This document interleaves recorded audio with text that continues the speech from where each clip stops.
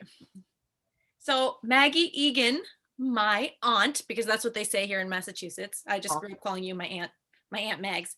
Thank you so much for having a socially responsible conversation with me. oh my gosh, the title just scares the heck out of me. Which Is just it means we like, got to be honest. That's all.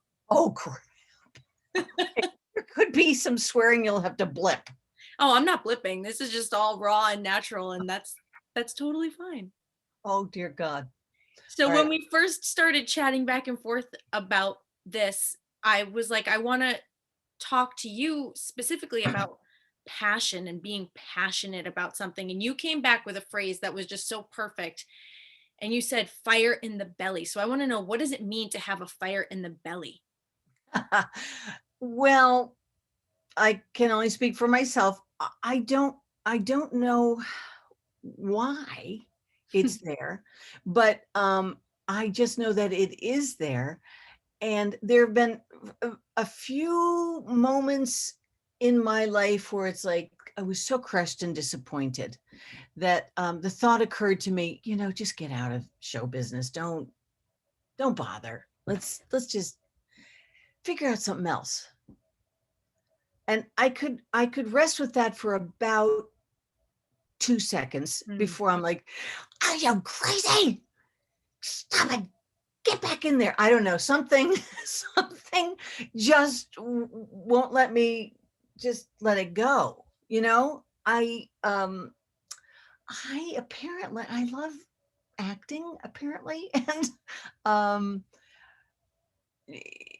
I don't think as much as some people, because I swear to God, I think of Jennifer Aniston and I think, oh, no, that's a woman with a fire in the belly. I don't know. She's everywhere. She didn't just rest on her laurels after Friends. She reinvented herself. I mean, certainly she had all the romance tabloid stuff going Sure. on, but you know, and Reese Witherspoon, these women are just like going out. Well, yes, I was young and I made it, but I still have something to offer. And then I look at Grace and Frankie. Have you ever seen that show, Grace and Frankie? Yep. Oh, I love it.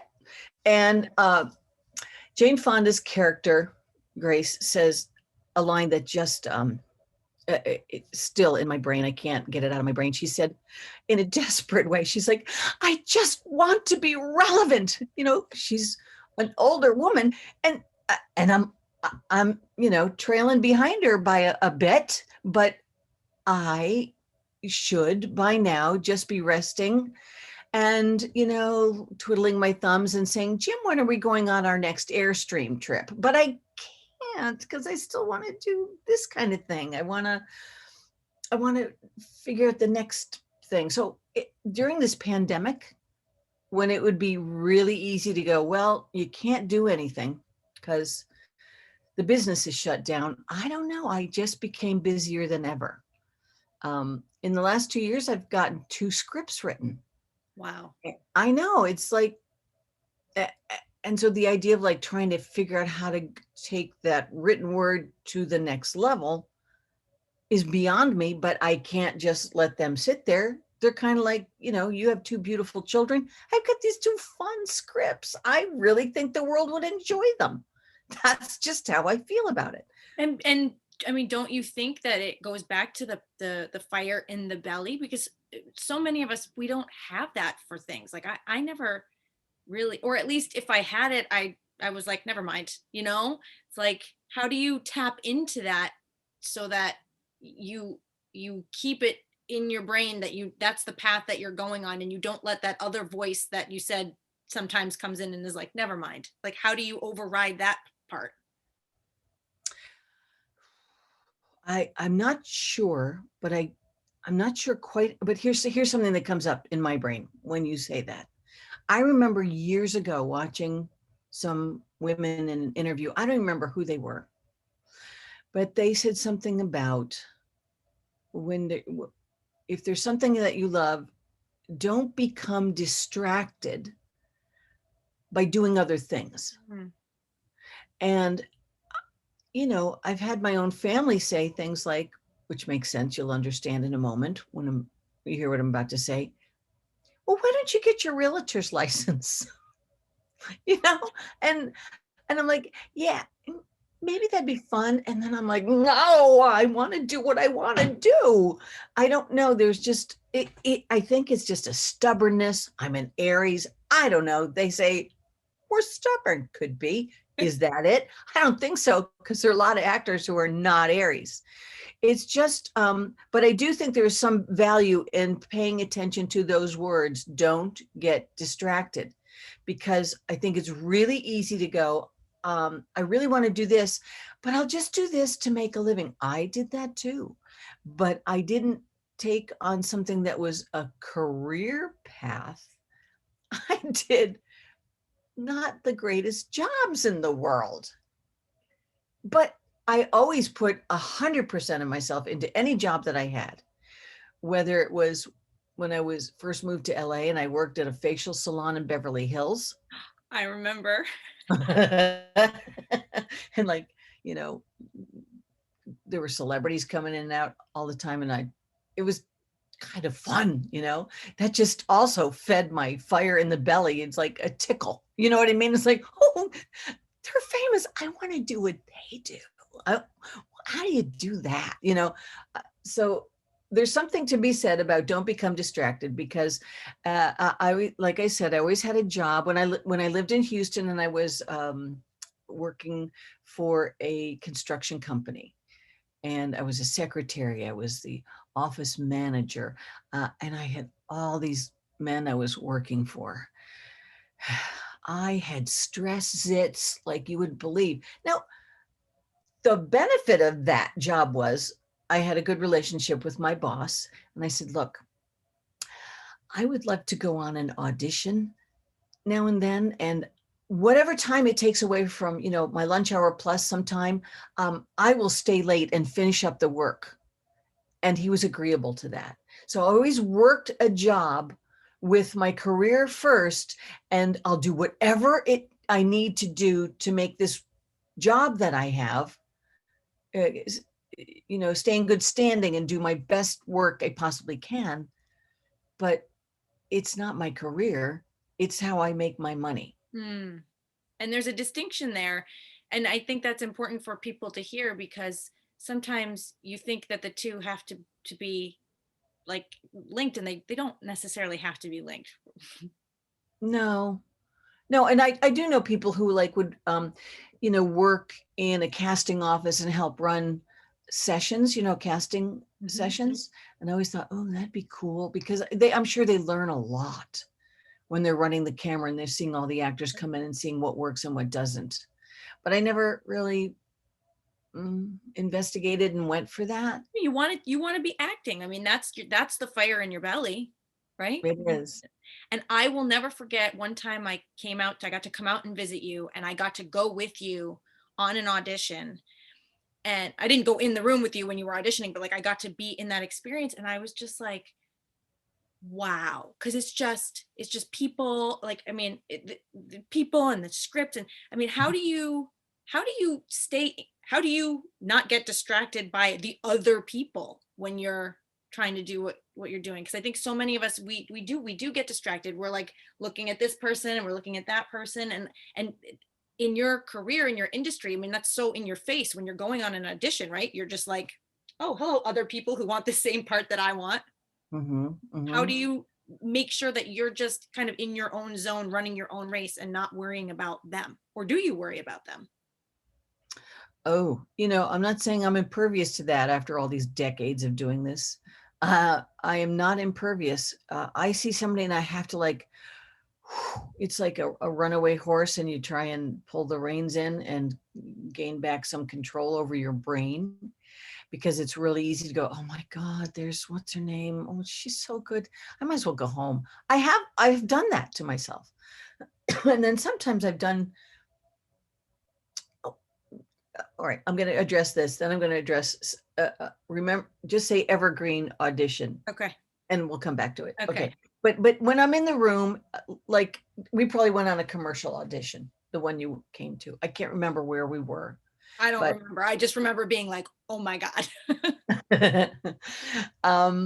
so in those cases, you have to maintain your privacy, and you have to kind of get in your own little cone of silence, little protected space, and go over it and make, you sometimes you have to step away from the crowd and go somewhere to a wall and just mouth the words so you get used to the language and get a feel for what these words at least say to me that I need to convey out to the camera and the audience. So you do have to protect yourself from, because a lot of times you go into those auditions, you're like, so and so, how are you? Oh my God, how are the kids? What's going on? And you get into that, and that's nice because it's relaxing, and that's a commercial audition. When you go to a theatrical audition, for me, it's been just so different. I mean, you walk in and you're like, oh, I smell the fear. I don't know why, but when you go, and by theatrical, I mean TV and film, Okay. or even stage, but Yeah. theatrical in show business generally means, at least in LA, you're going out for TV or film. Okay. And when you walk in those halls, and usually it's a long straight hallway with chairs pushed up against the side and people murmuring to themselves or trying not to look like they need to murmur because they've got it. It's just like you just feel everybody's anxiety and concern, and you can, I swear to God, it's if I were a dog, I'm sure they'd go crazy because they'd, where's the fire? But how do you not take that on? Or do you sometimes? Oh, you sometimes do, but apparently sometimes you don't because you get the work. So sometimes you're just so right for the part, maybe. But I mean, I think always you have to go in and try and do your best. And I can think at times it's like, oh, I literally just left the room and I have to start this audition over again, because you're in the middle of it and you're like, you flub a line and you're like, it's like your soul leaves you. It's like it's running down Pico Boulevard, in Century City. It's gone. And I remember one time looking around, and it was a circle of all these mucky mucks, high, executive producers, writers, whatever, casting directors, they're in the room. And I realized they had all done this. They turned away from me, like, oh no, giving my privacy, which was sweet. But I'm like, oh, I was kind of laughing because, like, oh, it's nothing. I flubbed the line. oh, you But didn't. Oh, see, to me, I in was my like, head, no, I wasn't. I was like, what? Oh dear, they're really concerned for me. God bless them. Let's do this again. I'm not saying I wasn't a little wigged out that I had to start again, but I was more like, oh my God, they're really wigged out. This is part of life, you trip sometimes and you keep going. but wow, because a lot of us don't have that in our back pocket as a tool. Did you gain that tool and ability as an actor, or is that like a life skill you've had to just shake it off and keep going? I I don't know that I don't know that it's a life skill that I had. Maybe I can't really determine that, but I did start acting in our backyard, for the neighbors, your mom Yeah. and me playing Romeo and Juliet. Luckily, I got to be Juliet, and, and she was funny. I have to tell this story. So I'm in the chicken coop, the old chicken coop, right? That is now our playhouse. And I'm in the window, and I've got a flower in my hand, and I'm sniffing it in between, saying, Romeo, Romeo, wherefore art thou, Romeo? And your sister, my sister, your mom, says, I'm down here in the trash can. And okay. What a scene partner. What a scene partner. And then I went, oh, and I sniffed my rose, and I walked out of the chicken coop, down the steps, went over to Romeo, and I did another big sniff in. And I went, ew. And I walked away from Romeo. I mean, that was the end. It was a short-lived Shakespearean play. But you got some improv chops out of it, right? Yes. And another thing, just so you know, maybe I've told you this, but for your audience, this is kind of cute because, you know, we grew up many, many, many years ago, and we had a kitchen sink that became the family room as you knew it. But when it was a kitchen, it had a sink in it and had one of those sprayers, you know, that you spray your dishes. Only ours never worked. So no worries. When Tracy and I got stuck with doing the dishes, Tracy would interview me. She was the journalist and I was the man on the street. And I probably played all kinds of characters, but she was the journalist. And, you know, lo and behold, decades later, she becomes a news reporter, news anchor in New York City. And I go on to be an actor. So you never know what's going to work when you're a You kid. never know. You never know. Okay, I'm supposed to remind you, I was supposed to tell you evergreen audition. Okay. So I had this young woman call me who I knew because I played her mother in, believe it or not, The Nutcracker. I literally had to dance on stage, on a big, beautiful stage, the Thousand Oaks Civic Arts Center. So and before you get your hopes up, I played Aunt Tipsy. Okay, so that kind of puts it in perspective, right? I was the drunken ballet dancer. And so I played it for all the comedy I could.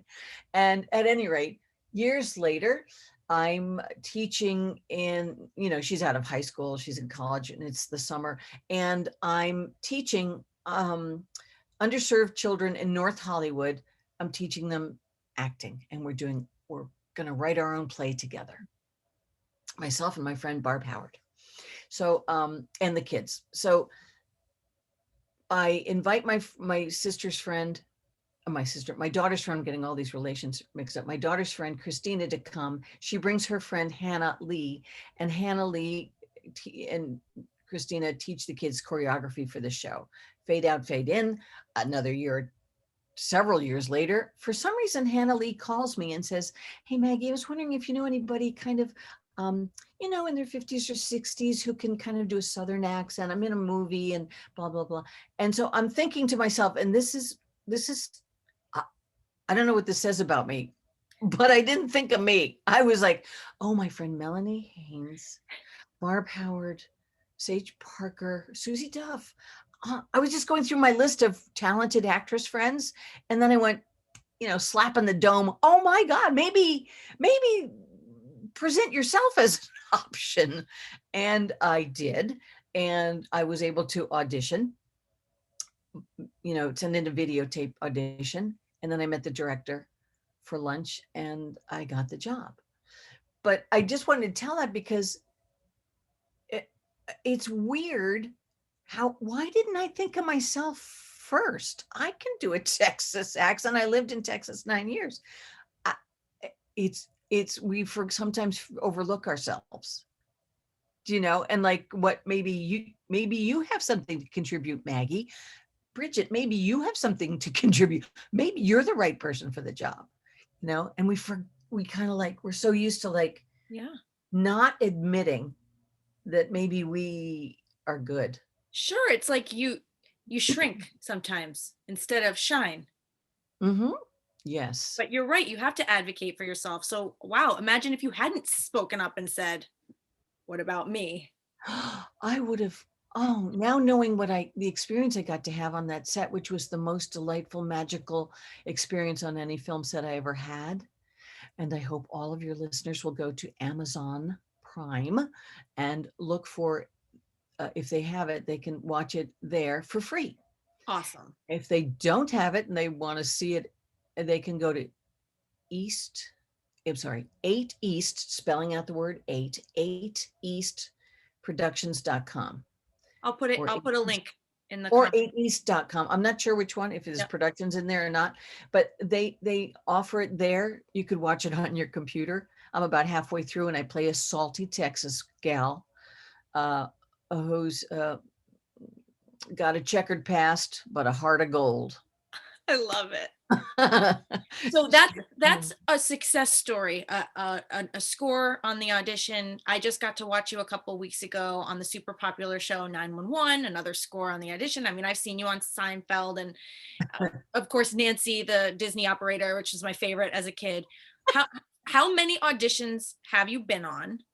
And then the follow-up question is, when you don't get a role, how do you, besides the fire in the belly, how do you get yourself back? Keep going. Uh, I don't know how many auditions I've been on, but it has to be high hundreds, hundreds of them.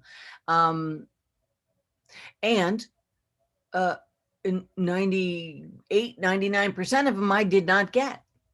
I don't know. I don't know that I'm not great at the math thing, and Me figuring all neither. that out. Okay, good. It doesn't matter. No, We're cute and we're talented. that's So right. And you can just Google it. So it's on your phone. maybe so. Um, so a long time ago, and this is back when I lived in Houston and used to audition and get work, and boy, that was a good time. And if anybody's thinking about becoming an actor, you don't have to be in LA or New York. You Mhm. can start trying to figure it out in smaller cities, even in small towns. I'm sure they have plays. I'm sure, there are Zoom classes now. You can take acting classes with, I'm taking 3 classes right now, Wow. and two of them, honestly, anybody can join, no matter if they're on the East Coast or the West Coast or in the middle of the smack in the middle of the country, or Chicago or Houston or Dallas. It's there. So when I just learned a long time ago, back when I was working in Houston, that you have to go do that audition, and then you have to forget about it. Wow. You have to let it go. You have to go on with your life that day. And literally, I learned, don't tell people you just had an audition, because they remember it when you don't. And they'll go, hey, how'd that audition go? And you're like, well, I don't even remember what it was, but obviously not good, because I don't remember filming anything lately, you know? So, you know, I don't even talk about the auditions because you don't know. But I feel like that's such a great, like, again, you can apply it to life. Like, you don't have to sit in it. Just because it happened doesn't mean you have to carry it around in your backpack Oh, all the that is, time.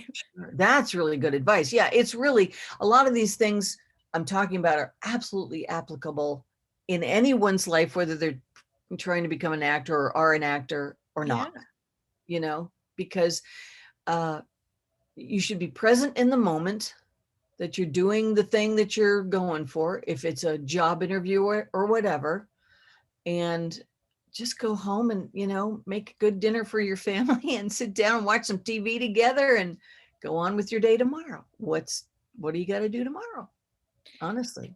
So, as far as acting is concerned, there is a built-in sort of expectation that you're not going to get every role because, I Yeah, mean, just one person can't have all the roles. That's just not how it's going to work. yeah. So I don't know if you label it as this or if the industry labels it as this, but like, to my mind, it's a form of rejection, right? I don't like this word, but it's kind of like it maybe would feel that you're being rejected, and a lot of us recoil at that notion. We don't want to be rejected by anyone. We don't want to be dumped. We don't want to be fired from our job, which has happened to me. We don't want to try out for something and not get it. So a lot of us wouldn't dare even put ourselves out there like that, and I think that's why so many of us play small, because we don't want to even touch anything remotely near rejection. So how do you deal with that kind of on a constant basis? Do you label it as that? Do you not label it? Or do you do just what you said, which is just keep on keeping on? I guess it had to be the latter, just keep on keeping on. I know one of the teachers I'm taking class with now, and she's really teaching us more about the business and the mindset and all of that.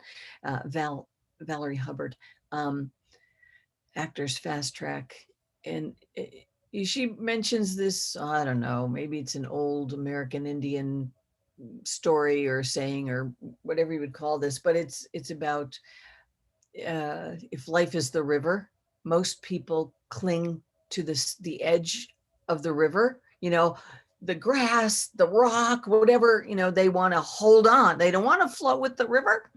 They don't want to go there. And some people are going to be like, well, I'm going to let go and see where it takes me. And I think you have to go with the flow. You just do. Because, if you're still clinging to a rock that you cling to in 1967, where would you be? Still clinging to the rock. Or as your grandmother used to say to me, oh my God, this is so funny. I literally put this into a play that I co-wrote with some other people. I remember saying to her, Mom, you know what my dream school is? No, it's UCLA. And she goes, no, it isn't. It's New York correspondence class or something. It was some kind of correspondence class to get your degree, because she wanted me to stay home. She wanted me to around. God bless her. I'm like, Mom, that's not my dream. That's like my worst nightmare. Poor thing. I didn't exactly edit myself around my mom. But I could just be clinging to a rock somewhere back home. And I love my hometown and I love my family. And I don't love the winters as much. And especially after being in California this long, my blood's thinned out. But that's not really the point I'm making. It's not really so much where you live or any of that. But if you have something in your heart, you keep going back to, oh, should I be doing this? No, the right and sensible thing is to do this. I don't mean be irresponsible, but I think you also owe yourself, you have to be responsible to yourself. If you have something in your heart, in your mind, it's that fire in the belly. It's like, gosh, I keep coming back to the fact that I want to do more commercials. I want to be on TV. Or, something out of that, I really wanted to get my master's in something, or you name it. I wanted to work for NASA. Well, maybe it's too late for my age, but somebody younger, maybe they could, I don't know, shoot for the moon. Don't deny it. Denying that, I think, can make you sick. Yes. I think it literally can make you sick. You have to honor your talents, and you have to exercise them. You have to put them to good use. You got to refine them. You got to get around. You got to find your tribe. That is so important. You got to find your people. For actors, like I was having a conversation with my friend Barb Howard last night. She goes, first thing I did when I moved out to LA from New Jersey was I got in an acting class, because you find your people there. I mean, they at least speak your language. You may not love all of them, but you're going to find some you get along with really well. And you're going to have to go into rehearsal with them, and you're going to have to find your way through that and open up your heart, probably. That's pretty much, actors do have to really be open and vulnerable. So, you got to find your tribe so that you can have people. You need people whatever you're choosing to do in your life, you got to find your tribe. And those will be people that you feel good around. And you don't feel like, wow, I'm going to have to go see her again next Tuesday, but I don't feel good. It. When it weighs you down, you got to pay attention to yourself and honor it, because you really can't afford to give your time away to people who don't love and support you. Amen. You're right. You got to see, if you've got talents, hopefully they see it. And if they think you've got a kernel of it, but they feel like, hey, I'm going to nurture my friend because I love her, go do this, do more of this. Like Bridget, you're singing, you're still doing podcasts. It's like you're a mom and doing a superb job of that. I see it every day. I want to cry. It's so sweet. Those kids have no idea. They have no idea what they lucked into. I mean, those walks in the forest, and every season I get to see them. I'm so sad I don't get to be with them. That's Oh, oh, I really appreciate what you're saying because we've been having a really hard time with one of the kids, and some days you're just like, is anything I'm doing right or good? It's like, but I guess that's it's that's all good. that's part of the path of parenting, right? You keep trying, you don't give up, You don't, you're going to support. you're going to love those kids, whether they're being lovely that day or complete blankety blanks. Right. We're little turds sometimes. We just call Okay, them little, that's good. little. I had another word in mind. I'm glad you used yours. I mean, my daughter used to sometimes work my last nerve. She just did. But I loved her. And, guess what? She's not living here anymore. She's got a job. She's living with her girlfriends. And yet she still comes home to see us. That's the goal, man. That is, That's God, the it goal. is. It is. And we'll have to talk someday. I want to have you come back and I want to talk about some parenting stuff and creating those good relationships because as you know, and as I've said to you before, I really admire the relationship that you have with your daughter, my Mm, baby cousin, my youngest baby cousin, who is not a baby anymore, but yeah. she'll be a baby to me forever. Aw, that's sweet. Yeah. Oh, Yeah, she's a good person. And, it's not all my doing. But as I think I've said to you, um, you can't be with your child every minute of the day, and you shouldn't want to because they need to get out and experience the world. But I will say, I think my daughter had really a good group of friends she grew up with, and she went to the same school, kindergarten through eighth. mhm. Wow. She and then people dispersed and went to different high schools and stuff. But she's uh, you know 5 or 6 of those girls are still really tight, really good friends. And they've got good parents with. Well, it goes back to what you were just saying about even grown-ups, like surround yourself with good people who lift Yes. you up, people who make you feel like you're recharged and aren't draining you, people you Yeah. want to be near and not dread being near. And so Yeah. important. So it's good to know that your kids are hanging around those kind of good people too. And, you know, be, and I'm sure you're finding this, and maybe the pandemic has sort of put the kibosh on it, but you'll be doing a lot of family stuff. Yeah, So you'll get to know all those families and their parents. And it's just really important because the friends of your child have a lot of influence on their lives. It's absolutely. not just you. Yes, it's the teachers, but boy, those friends, It kids matters. really want to make sure that they have friends. Yeah, And find your so tribe. Just like, yeah, you find hit your it. tribe, Yep, even it as a applies kid. to all ages and Mhm. all stages of life and all ages of people. That's for sure. Oh, I love you and I appreciate you. Thank you so much for having this conversation with us. Oh, you're very welcome. I love you, and I just can't wait to see you. I'm going to try and get back. Maybe we'll see you on the Cape or something. That's what Right? I'm hoping. I'm kind of hoping for a September trip, but Emmy can't come because of Pepperdine University, and she's going to be busy because I think they're going to be back in full swing. And so I don't think she can come. And that was kind of my hope. But if Jim and I come, I would love to see you guys. We'll rendezvous, baby. All right. That sounds good. Rendezvous. All right, don't leave. I'm going to hit stop recording. How do I? Okay.